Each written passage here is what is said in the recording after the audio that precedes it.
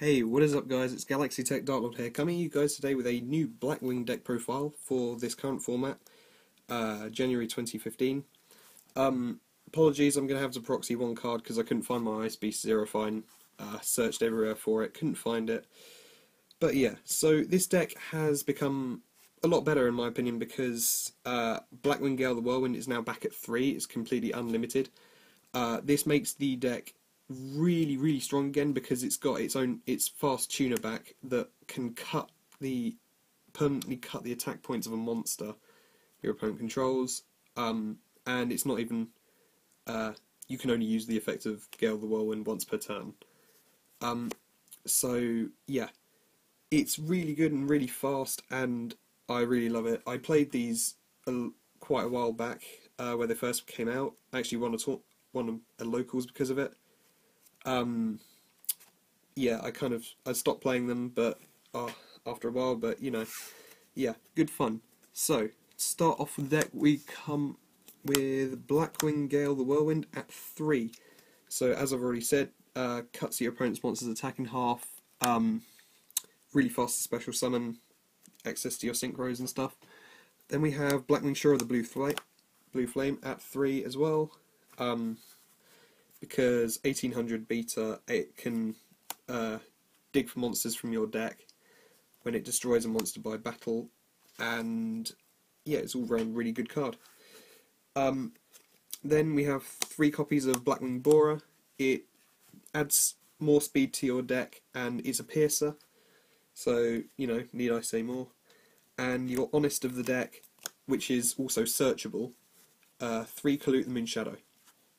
This card can really catch your opponent off, and I love this card so much. Especially in the mirror match, it always makes it a bit tense because you never know when your opponent's going to drop one as well, or if you're going to drop one at the same time. So yeah, outwitting each other and stuff.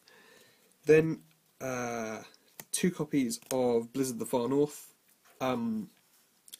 This basically gets a Blackwing from your graveyard, level 4 or lower, allows you to go for your synchro plays. I rediscovered a really great combo with this the other day just by playing online during testing. I used this to summon Kalut from the graveyard. I then remembered I had Zephyros the Elite from the graveyard, so I bounced this back, special summoned Zephyros the Elite, and went into what was it called? Blackwing Armwing, and so I had a Kalut back in hand, just in case the opponent tried to overpower me in terms of attack. So yeah, it was really quite cool. So yeah, great card, great tuner. Then one Sirocco the Dawn, because it's almost as good as Cyber Dragon, apart from the fact that it's not a special summon, it's your normal summon. And this makes it really cloggy, so one is fine. It's also the best thing to use in order to get your search off Black Whirlwind, because it means you can search for any other Blackwing from your deck. Whereas, you know, with Gale the Whirlwind, all you're limited to is Steam the Cloak. So yeah. Then one Zephyros the Elite. I've already explained one of the great reasons why this card works, because you summon Blizzard, get your Kalut the Moonshadow, bounce it back, summon this. But yeah, and it just really works quite well to recycle stuff. It then allows you to access rank 4s if you've got like a Bora on the field or Shura, or you can access synchros with it if you've got a Gale the Whirlwind or Blizzard the Far North. And our last monster is one Steam the Cloaked. Really great. You can access Leo with this quite easily. Go into Armor Master or any of your other level 7 synchros, and then get a Steam token, tribute the Steam token, summon this back, and then go straight into Leo. So yeah. I regret that I'm not playing Dark Armed in this build because it's really cloggy and I just couldn't find any space for it either. It's a great card, just doesn't work with this deck because it has barely any synergy with the deck other than that they're all darks, and unlike the Shadow Chaos build that I run, it has no way of regulating the amount of darks in your graveyard. So once you've got 4 darks, there's practically no way to get any less in your graveyard. So yeah, that rounds off the monster lineup. There are 17 in all. Yeah, for the spells, of course I run the standard 3 copies of Black Whirlwind. You cannot not run this card. It searches out like crazy, especially if you have more than one on the field. Need I say more? I then run 3 MST because back row is quite heavy around here and it can trip up this deck quite easily. So, you know, 3 MST for that reason. I then run 2 Pot of Duality. I don't run 3 because 3 kind of gets on my nerves a lot. I kind of run into the 3rd one when I don't need it anymore. It's only really useful for your first turn setup, and if you draw into another one, it's practically dead. Then, for the one-offs, 1 Soul Charge, 1 Allure of Darkness, because you're running all darks, and draw power, 1 Snatch Steal, Synchro deck, you can Synchro this, you can Exceed summon with this, it's really great. And unlike Mind Control, you have no limitations on what you can actually do with this. On the downside, you can MST this and stop it from actually going off, but whereas Mind Control, because it's not an equip card and doesn't rely on being on the field to resolve, and 1 Book of Moon to finish that off. And then we're a bit more heavy on the traps, so we start with 3 copies of Icarus Attack. Great card, really, really good, really strong with this deck as well, because it's all winged beasts. Tribute your winged beast monster and destroy 2 cards your opponent's controls, especially if it's back row in the end phase. That is really, really great. I then run 2 Breakthrough Skill because I don't want my opponent's monster effects going off. They can seriously hurt, you know, Dante's effects, for example, or Virgil, or any of the Shadow monsters. I then run 2-Dimensional Prison, you know, get your opponent's monsters out of play. For the one-offs, I play 1 Anti-Reverse because this card is just really busted. It's your Heavy Storm in a trap. During your opponent's end phase, you just use this when you've got a Blackwing on the field.